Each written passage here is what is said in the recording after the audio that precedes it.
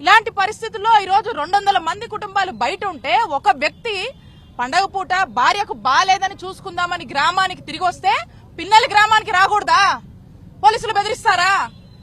ఇంట్లో సొంత ఇంటికి రాకూడదా? సాల్మన్ అనే వ్యక్తి సొంత ఇంటికి వస్తే చంపుతారా?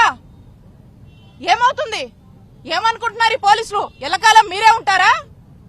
పైగా ఇతనికి గాయపడిన అతను ఆల్రెడీ అతను కోమాల్లో ఉంటే పోలీసులు సాల్మన్ మీద కేసు కట్టారు. ఎంత దుర్మార్గం ఇది! డెమోక్రసీ ఉందా ఈ రాష్ట్రంలో? ఏమవుతుంది?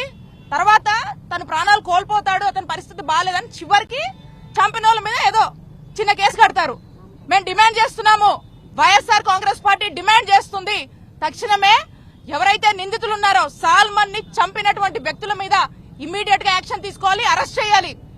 అలాగే ఎవరైతే ఈ పోలీసులు ఈ దాచపల్లి సిఐ ఎస్ఐ ఉన్నారో గాయపడిన అతను వాళ్ళు పోలీసులకు ఫోన్ చేసి ఈ విధంగా మాట్లాడినటువంటి వాళ్ళు పైగా దెబ్బలు తగిన వాళ్ళ మీదకే చనిపోయిన అతని మీదకే ఏదైతే కేసు కట్టారో వీళ్ళని ఇమ్మీడియట్ గా సస్పెండ్ చేయాలి.